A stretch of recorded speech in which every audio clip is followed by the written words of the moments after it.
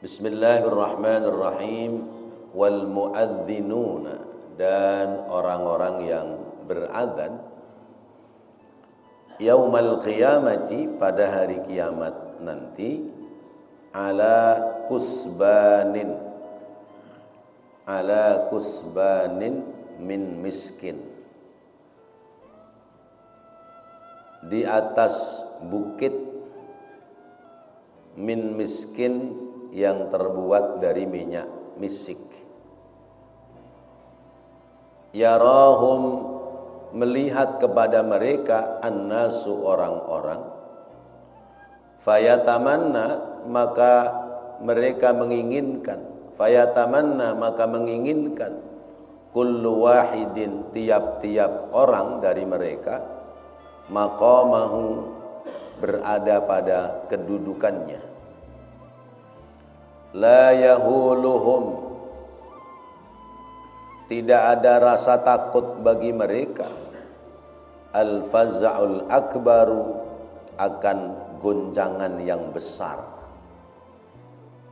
Wala yafza'una, dan mereka tidak gelisah, tidak khawatir, yauma yafza'un nasu, pada hari di mana orang-orang pada gelisah. Bahwa orang-orang yang beradzan di dunianya, besok di hari kiamat akan ditempatkan oleh Allah di kusbanun min miskin, bukit yang terbuat dari minyak misik. Minyak misik ada yang cair, ada yang masih dalam bentuk batu, ya, keras kayak batu. Orang-orang pada ngeliat dan kepingin menempati pada tempat itu. Fa'an Abdullah ibn Umar, maka diriwayatkan hadis dari Abdullah ibn Umar, sahabat Abdullah ibn Umar radhiyallahu anhuma, semoga Allah ridho kepada keduanya. Ada yang radhiyallahu anhu, ada yang radhiyallahu anhuma.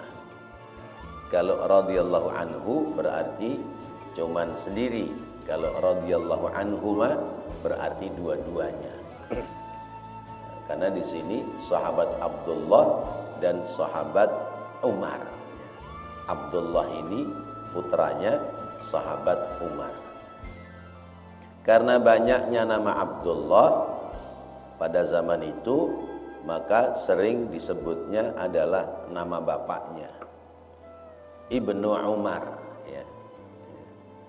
Ibnu Umar. Anna Rasulullah, bahwasanya Rasulullah sallallahu alaihi wasallam qala, telah bersabda, salasatun, tiga golongan, ala kusbanil miski, yang duduk atau berada di atas bukit misik, wa arahu, dan aku melihatnya, kata Rasulullah. Qala, bersabda Rasulullah, yaumal qiyamati, pada hari kiamat. Zada, menambahkan, fi riwayatin, dalam riwayat yang lain, yaghbituhumul awwaluna wal akhiruna. Yaghbituhum, menginginkan seperti mereka, al awwaluna, orang-orang yang awal-awal, orang-orang yang dulu-dulu, wal akhiruna, dan orang-orang yang akhir-akhir atau orang-orang belakangan.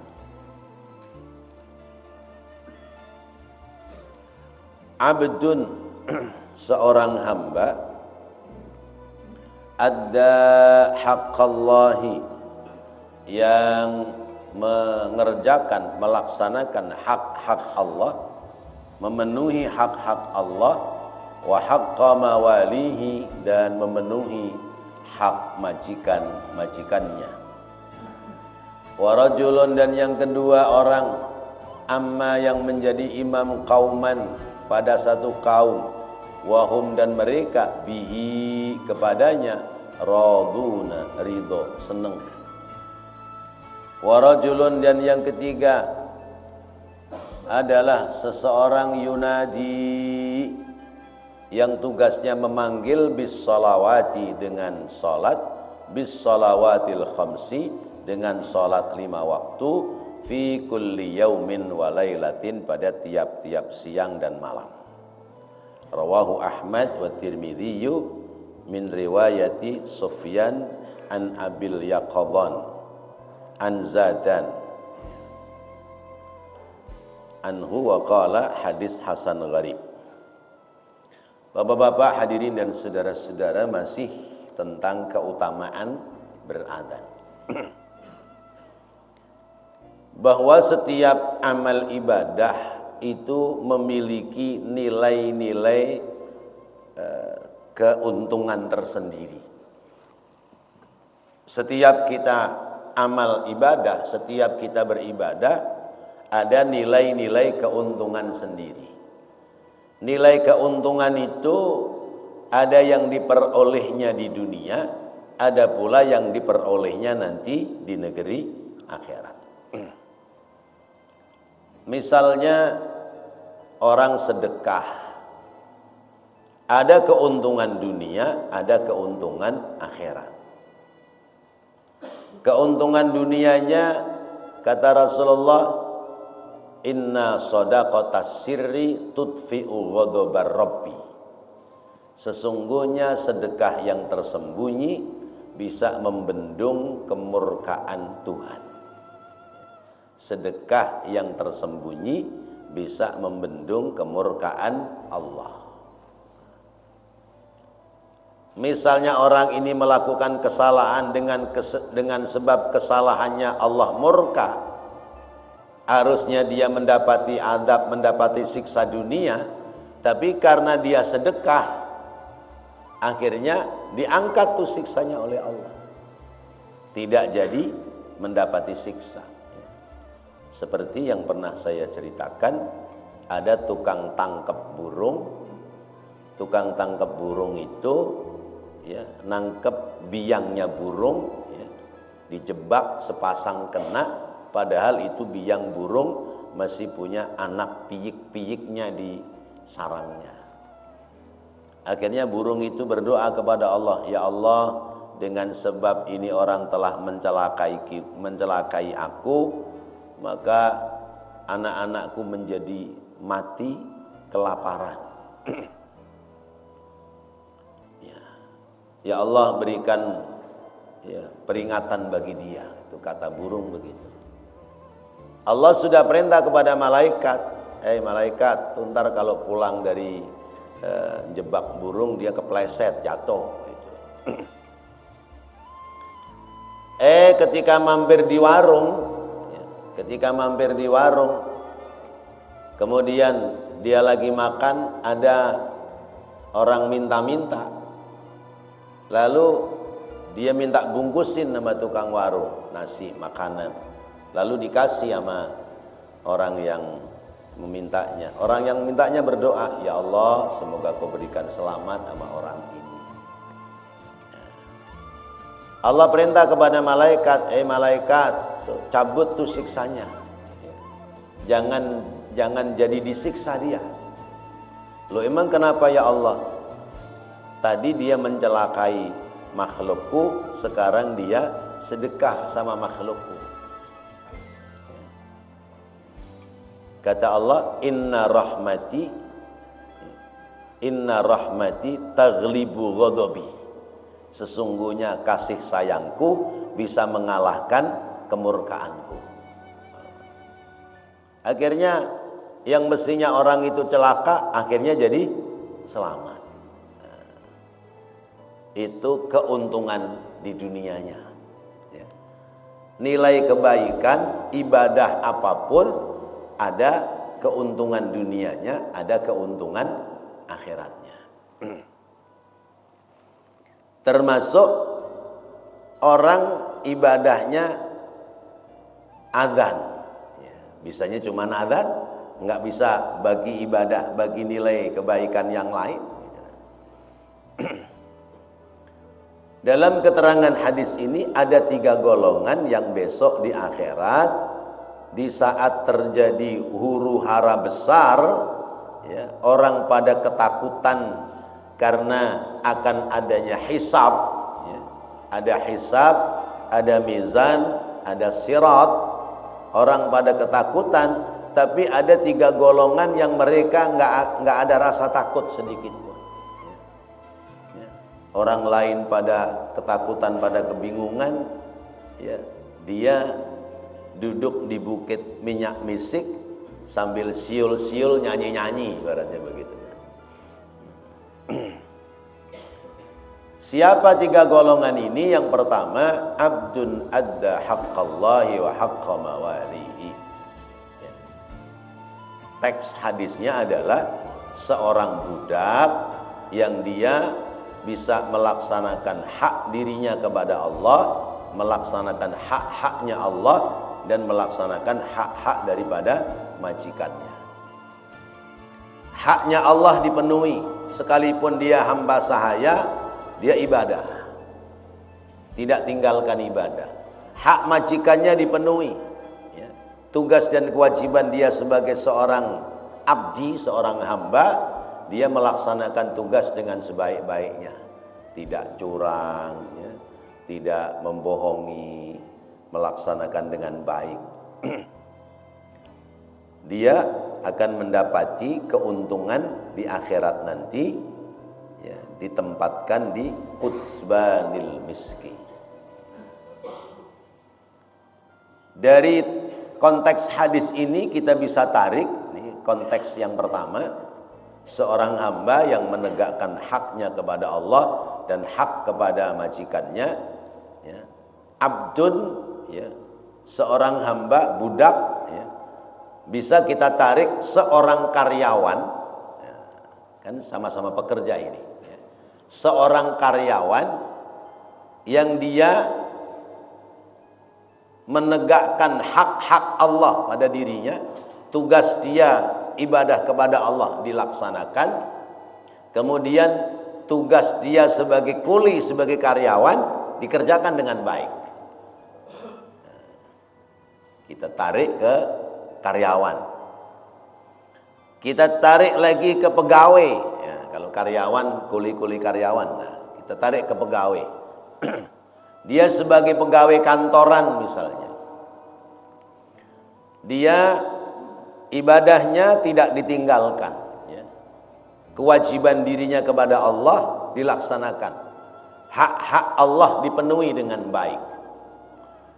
Lalu kewajiban dia sebagai seorang pegawai, dia melaksanakan tugas dengan baik, ya.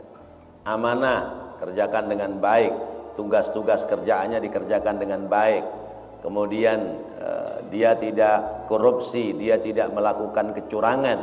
Nah, orang yang seperti ini besok di akhirat, ya, akan ditempatkan ala kusbanil misik, ya. Jadi bisa dimaksudkan hamba sahaya, bisa juga dimaksudkan kuli karyawan, bisa juga sebagai pegawai. Pegawai ya pada jenjangnya masing-masing, bahwa ketika Allah memanggil, dia kerjakan perintah Allah. Selesai, kembali lagi melaksanakan tugas negara, atau tugas sebagai karyawan, atau tugas sebagai apa. Bekerja, misalnya masuk pagi jam 7, ya, pulang jam 5, ya dia jalan, ya. Jam 7 atau jam 8 itu masuk kerja itu, ya. Terus tugas apa yang memang menjadi kewajiban dia kerjakan dengan baik, laksanakan amanah. Tidak korupsi waktu, ya, tidak teledor main-main, ya, apalagi korupsi kekayaan, maka dia akan mendapati keistimewaan di akhirat, ya. Saat orang pada kebingungan, ketakutan, ya, dia justru mendapatkan kenikmatan, ditempatkan di bukit minyak misik. Ada yang punya minyak misik? Minyak misik yang asli, ya. Kalau misiknya nggak asli mah biasanya campurannya udah banyak ya, orang suka nyebut minyak nyonyong apa? Minyak nyonyong ya. Ya. Minyak misik tuh enak. Ada miskul abyad ya. Ya, ada miskul aswad, ada misik putih, ada misik hitam. Jadi yang pertama berarti siapapun, dia sebagai karyawan, dia sebagai pekerja, dia sebagai kuli, dia sebagai hamba sahaya, ketika menjalankan kewajibannya kepada Allah dengan baik, menjalankan kewajiban kepada pimpinannya dengan baik, dia akan mendapati keuntungan di akhirat. Yang kedua, rajulun amma qauman wa hum bihi raduna. Orang itu menjadi pemimpin kepada kaum dan kaumnya senang dipimpin sama dia. Ini ada dua makna. Makna yang pertama, amma menjadi imam, berarti imam dalam sholat. Orang ini kalau jadi imam dalam sholat, makmumnya senang. Karena satu, akhlaknya baik di masyarakat ya. Ya. Orangnya santun ya. Orangnya bisa hormat kepada siapapun. Yang kedua, agamanya bagus ya. Bacaan-bacaan surahnya bagus. Syarat rukunnya sholat mengerti dan paham. Kemudian yang ketiga, bijak. Nah ini yang susah. Bijak artinya dia ketika memimpin sholat itu ngerti siapa yang dipimpin. Oh ini yang kita pimpin muda-muda. Kalau yang muda-muda mah kalau modelnya pelan nggak pada demen ini.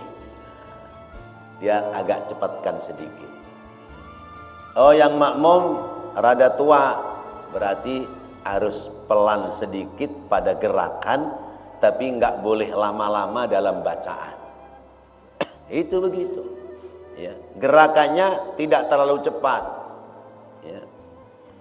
Kemudian dalam bacaan nggak boleh lama-lama. Ya. Sudah tahu makmumnya sepuh, orang-orang tua. Ya. Ngimamin sholat subuh. Rakaat pertama bacanya surat Al-Baqarah. Gimana coba? Ya gemeteran tuh makmumnya ya. Surat Al-Baqarah berapa juz itu Ustaz Radi? 2,5 juz ya. Rakaat kedua Ali Imran. Waduh mabok kalau begini, kapok dah, besok nggak mau lagi jadi makmum dia. Ya hafal sih hafal. Ya bagus sih bagus, tapi kudu ngerti siapa penumpangnya, siapa yang bonceng. Ya. Kalau yang bonceng orang tua ya jangan diajak ngebut. Ya. Yang bonceng orang tua juga jangan terlalu lama. Ya. Karena apa? Duduknya ini sudah nggak kuat di jok motor misalnya. Ya. Berdirinya sudah nggak kuat lama, kakinya udah pada buyutan, ya. Tahu buyutan, pada gemeteran. Jadi bijak. Nah jadi orang bijak ini susah. Ya. Saya bolak-balik dikeluhin ya, di ya, 1-2 masjid lah di satu wilayah kita di Palmerah ini. Ustaz, kalau imamnya Ustadz Anu, jamaah pada ngerendeng itu. Memang kenapa Pak? Bacaannya lama. Bacanya lama. Salat subuh orang zikirnya udah la ilaha illallah la ilaha. Dia mah rakaat pertama aja baru rapi. Belum rakaat kedua. Udah gitu ntar giliran kunutnya selalu kunut nazilah. Ada musibah kayak nggak ada musibah kayak kunut nazilah, panjang lama. Kata saya, kalau ada imam yang begitu, tugasnya pengurus itu mengingatkan. Udah Ustadz, udah diingetin ya. Tapi masih bandel begitu katanya. Ya kalau sudah diingetin masih bandel begitu modelnya ya diistirahatkan, biarin diganti yang muda. Tapi susah juga Ustadz. Kenapa? Karena dia jamaahnya kemari. Kalau udah komat main nyelonong aja maju. Ya udah, nasib Anda seperti itu. Kata saya begitu. Terakhir begitulah. Ya. Habis gimana? Ya. Ya kita nasib Anda begitu, udah nikmatin aja dah, nikmatin. Nah, ada yang model begitu ya. Ya, saya nggak bicara di masjid ini karena 5 waktu kan saya nggak ikut di sini ya. Di masjid-masjid yang lain masih ada ya, imam-imam yang modelnya seperti itu. Apakah memang kebiasaannya begitu atau dia ada action di situ? Nah itu yang tahu dia. Ya. Ya. Kalau memang kebiasaannya begitu, coba kita intip ketika sholat sendiri di rumah. Ngambil surahnya panjang apa enggak? Ya. Atau jangan-jangan ketika sholat di rumah ngebut karena nggak ada makmum. Ya. Giliran sholat di masjid yang imamin cari surah yang panjang. Kalau kata orang Kemanggisan mah, ya orang sholat mah suratnya nggak boleh panjang-panjang, ya. Ya. Nggak sah. Ya. Panjang itu nggak sah. Surahnya ya baca surah. Jadi bijak ya. Jadi orang bijak itu gampang apa susah? Susah ya. Jangankan bijak menghadapi umat ya. Kita jadi orang tua saja, kepala rumah tangga, pingin bijak ya dalam menghadapi keluarga kadang-kadang masih salah ya. Ya. Ketika mengingatkan yang satu terhadap yang lain, yang diingatkan bilangnya belain terus dia. Padahal mah ya dibelain semua, namanya juga keluarga. Ini contoh. Apalagi kemudian di tengah-tengah umat. Tetapi setidaknya kalau kita sudah bersikap bijak, kemudian terdengar suara mayoritas orang senang terhadap pelayanan kita, nah di situ berarti rajulun amma qauman wa hum bihi radun. Ya. Tapi juga jangan bangga diri. Wah, orang kalau imamnya saya pada senang.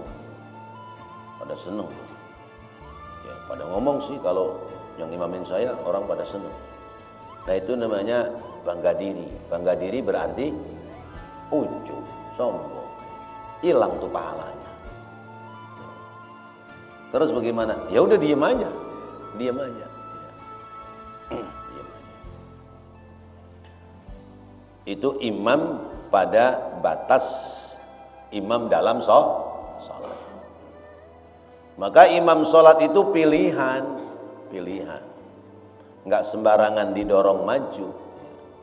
Pertama, orang yang akhlaknya baik, yang agamanya bagus, yang mengerti tentang tata cara sholat, syarat rukunnya, wajib sunnahnya, paham. Lalu kemudian dia bersikap bijak. Tuh. Pertama. Yang kedua, rajulun amma qauman wa hum bihi raduna. Seseorang yang memimpin satu kaum ya, memimpin masyarakat. Terkecil adalah memimpin rumah tangga. Sebagai kepala rumah tangga dia bijak. Nah, kalau bijak berarti lawannya tidak bijak ya. Kalau bijak lawannya zalim, lawannya tidak amanah. Seorang suami memimpin sebagai kepala rumah tangga, bijak sama istrinya ya. tugas-tugas ya dalam rumah tangga diselesaikan oleh suami dengan baik. Kita ini kudu bersyukur Pak sama orang perempuan, karena tugas rumah tangga yang mestinya menjadi kewajiban suami, istri rela mengerjakan ya.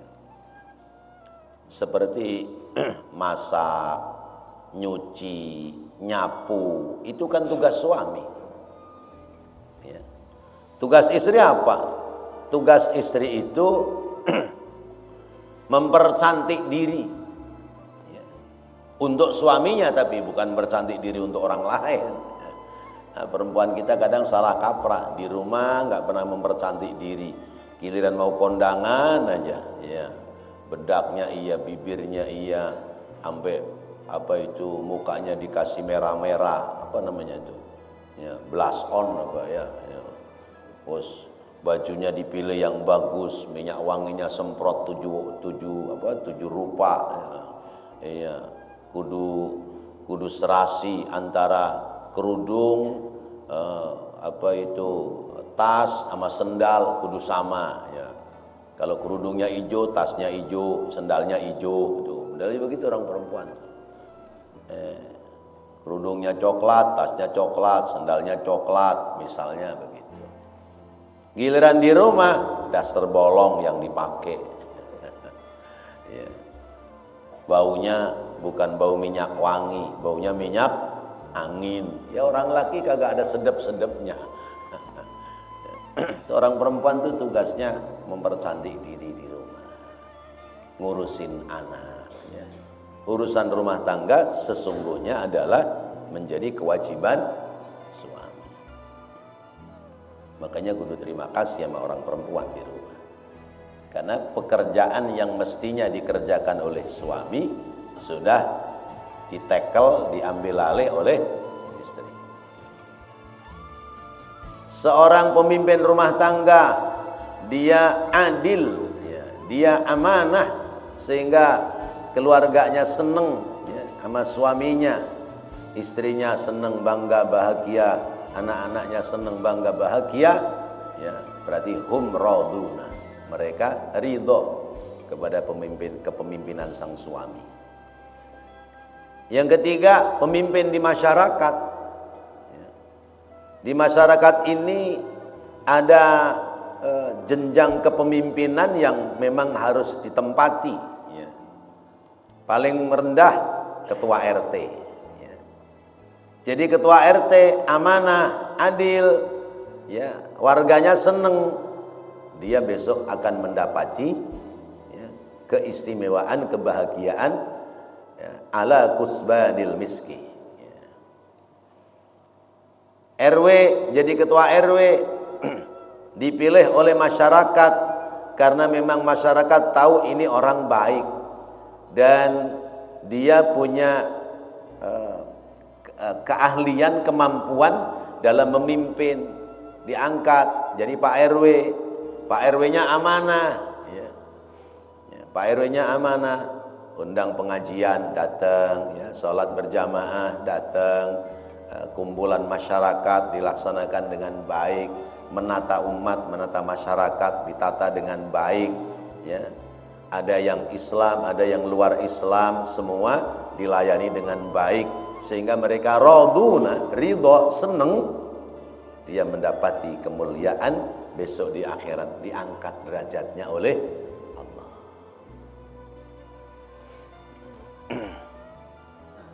Ini kadang enggak, ada RW yang kalau sama warganya rada-rada enggak begitu akrab ya, giliran sama pejabatnya jalan mulu ya.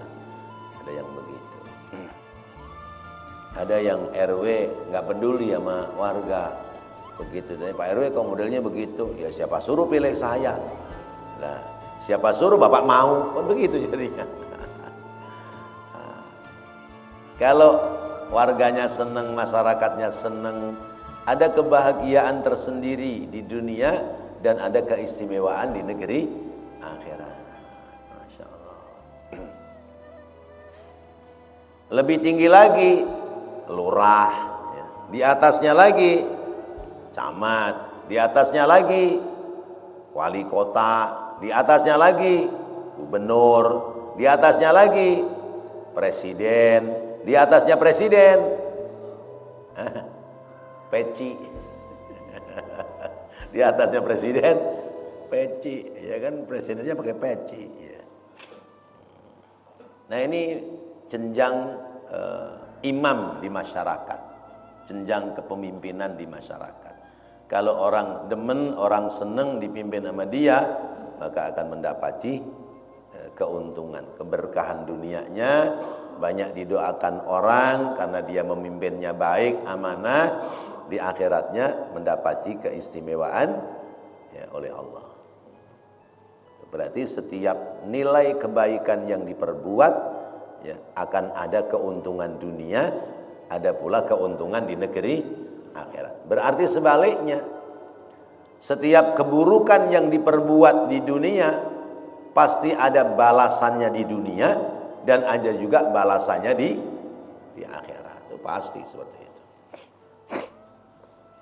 Kemudian yang ketiga, rajulun yunadi bis salawatil khamsi fi kulli yaumin wa lailatin.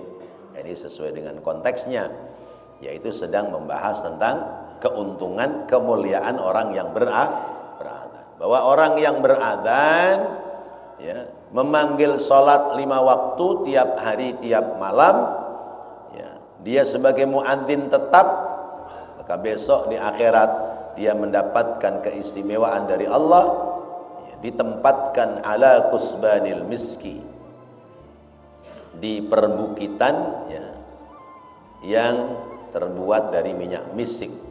Orang lain ketakutan, orang lain kebingungan akan nasibnya ya, karena akan melewati hisab mizan sirat, maka 3 golongan manusia ini mereka tidak akan mendapati kekhawatiran, tidak takut menghadapi kondisi keadaan dahsyatnya huru hara di hari kiamat. Pilih oleh kita ya, 3 kesempatan ini, 3 golongan ini ya. Mungkin kita sebagai karyawan, jadilah karyawan yang baik. Mungkin kita sebagai tokoh di masyarakat, jadilah tokoh yang baik. Mungkin kita sekedar menjadi muadzin, tetapi sekalipun posisi muadzin, apabila dia ikhlas, dia akan mendapati keuntungan, keistimewaan di akhirat nanti. Wa fi riwayatin 'inda Tabrani, dan dalam riwayat lain menurut Imam Tabrani, fil Awsati, di dalam kitab Al-Awsat was-Saghiri, dan dalam kitab Jami'us Saghir, bi isnadin ya, dengan sanad yang bagus, la ba'sa bihi ya, dengan sanad yang la ba'sa bihi ya, tidak ada masalah ya, pada sanad itu. Riwayatnya apa? La yahuluhumul faz'ul akbaru wa la yanaluhumul hisabu hum ala kusbin min miskin hatta yufragha min hisabil khalaiqi. Yaitu mereka tidak takut, la yahuluhum, mereka tidak takut al-faza'ul akbaru, akan adanya goncangan yang besar atau dahsyatnya ya, dahsyatnya peristiwa besar di hari kiamat. Wala yanaluhum, dan mereka tidak memperoleh alias tidak mengalami al-hisabu, hisab. Mereka tidak dihisab. Hum, mereka ala kusbin, berada di atas gunung min miskin, yang terbuat dari minyak misik, hatta yufragha, sehingga diselesaikan, min hisabil khalaiki, dari hisabnya para makhluk. Mereka 3 golongan ini ya, tidak khawatir, tidak takut tentang dahsyatnya huru hara peristiwa hari kiamat.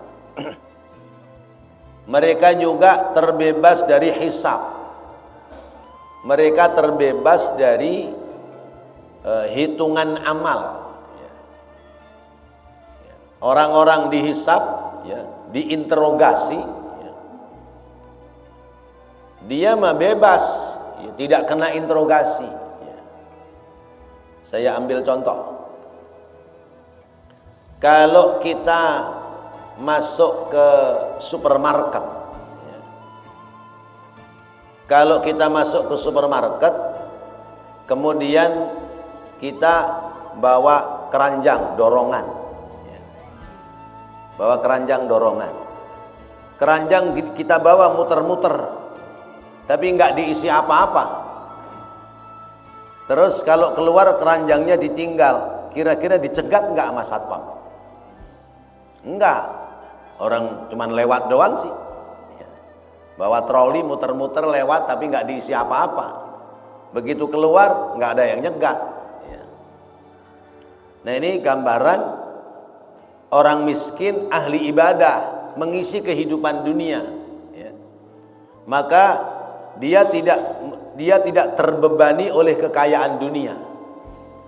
Muter-muter dalam kehidupan, selesai masa kehidupan dia mati, ya. Menuju ke akhirat, ada hisab enggak? Ditahan enggak dia? Enggak. Ya, ditahan mau ditanya apaan? Ya. Rumah ngontrak, kendaraan enggak punya, ya. Ya. Kekayaan enggak ada, ya.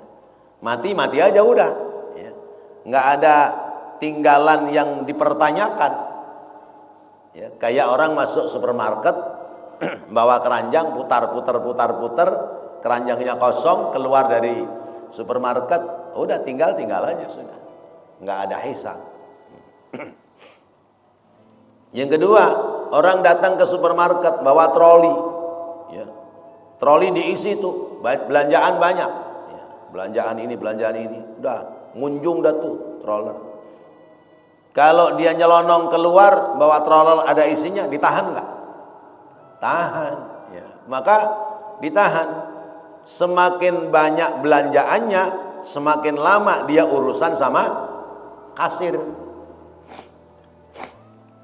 ya. Semakin banyak belanjaannya, semakin lama urusannya sama kasir, ya. Terus diinterogasi satu persatu, ya. Ya. Harus dibayar ini satu persatu. Rapi beres baru jalan, baru boleh keluar. Nah, kalau misalnya, ya, barang belanjaannya sedikit, berarti urusannya sama kasir lebih cepat. Nah, itu perbedaan orang miskin ahli ibadah dengan orang kaya ahli ibadah. Besok, ya, hisabnya sekalipun ibadahnya sama, hisabnya lebih ringan orang miskin, orang kaya, orang miskin, ya. Selisihnya berapa lama? Selisihnya setengah hari, ya. Orang miskin jam 12 udah beres, orang kaya maghrib baru rapi, ya. Nah, setengah harinya itu 500 tahun urusan negeri akhirat, ya. Ya. Kan ada ayatnya itu, ya. Wa inna minhum ka'alfi sanatin mimma ta'uddun, ya. Sesungguhnya hitungan mereka di negeri akhirat nanti, satu hari itu sama dengan 1000 tahun hitungan dunia. Lah ini muadzin, ya. Muadzin itu ibaratnya satpamnya supermarket, ya. Satpamnya supermarket mah ya siul-siul aja, nyanyi-nyanyi aja, ya. Ngeliatin orang sedang urusan sama kasir, dia liatin aja, ya. Nggak khawatir, waduh duitnya cukup nggak ya, duitnya cukup apa enggak ya, ya. Nah, kalau yang urusan sama kasir, kalau belanjaannya banyak, ya, ada dak-dikduk, khawatir duitnya nggak cukup. Nah, itu hisab kita besok, ya. Selamat nggak ya, itu urusan sama kasir, ya. Ya, kasirnya besok di negeri akhirat, ya, hisab, ya. Nah, satpamnya, nih muadzinnya, yang ngeliatin aja. Ya. Saya emang nggak ada khawatir, nggak ada takut. Ya. Kenapa? Karena memang sudah bertugas pada posisi itu. Ini gambaran ya, seorang yang dia menjadi muadzin atau dua hal yang lain. La yanaluhumul hisab, dia tidak mendapatkan hisab, tidak mengalami hisab. Ya, mereka terbebas dari hisab dan mereka tidak takut. Dan ya, dia atau mereka pada keadaan sampai orang-orang dihisab semua. Ya, Saptam supermarket tadi, ya, dia nunggu sehari orang-orang yang urusan sama kasir sampai urusan sama kasir selesai, sampai jam dagang itu supermarket tutup.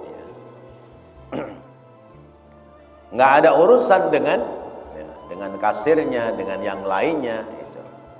Ya, nggak ada urusan dengan ributnya orang-orang yang pada nyari ini nyari itu, nggak ada. Karena apa? Dia dibebaskan dari hisabnya Allah Subhanahu wa taala. Wa fi riwayatin ukhra, dan dalam riwayat yang lain, inda Tabrani, menurut Imam Tabrani, inda Tabrani fil kabiri, dalam kitab Jami'ul Kabir, an Ibni Umar, dari sahabat Abdullah bin Umar radhiyallahu anhuma, semoga Allah ridha kepada keduanya, qala, dia berkata, laulam asma'hu min Rasulillahi, seandainya aku tidak pernah mendengar itu dari Rasulullah sallallahu alaihi wasallam, illa marratan wa marratan wa marratan, kecuali sekali-kali doang, hatta udda sab'a marratin, sehingga terhitung sampai 7 kali, lama haddastu bihi, maka aku tidak akan menyampaikan bihi padanya. Kalau aku tidak mendengar berita dari Rasulullah berkali-kali, sampai 7 kali aku mendengarnya, aku tidak akan sampaikan ini kepada orang lain. Tapi karena seringnya disampaikan oleh Rasulullah, maka aku akan sampaikan kepada orang lain. Apa?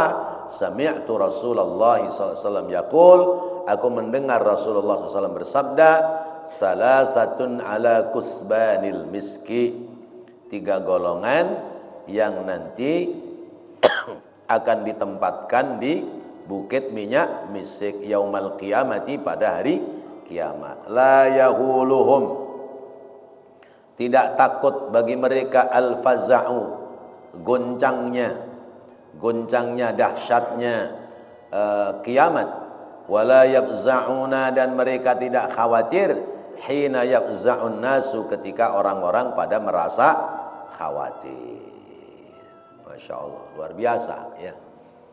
Baik bapak-bapak, hadirin dan saudara-saudara, semoga apa yang kita dapati pelajaran ini ya, mungkin kita sebagai karyawan, mungkin kita sebagai pimpinan di masyarakat, mungkin kita ya sebagai muadzin atau hal-hal yang lain, harapan kita semoga kita bisa amanah menjalankan tugas dengan baik, sehingga akan ada keuntungan dunia, lebih-lebih adalah keuntungan negeri akhirat, insyaallah. Wallahu a'lam bissawab.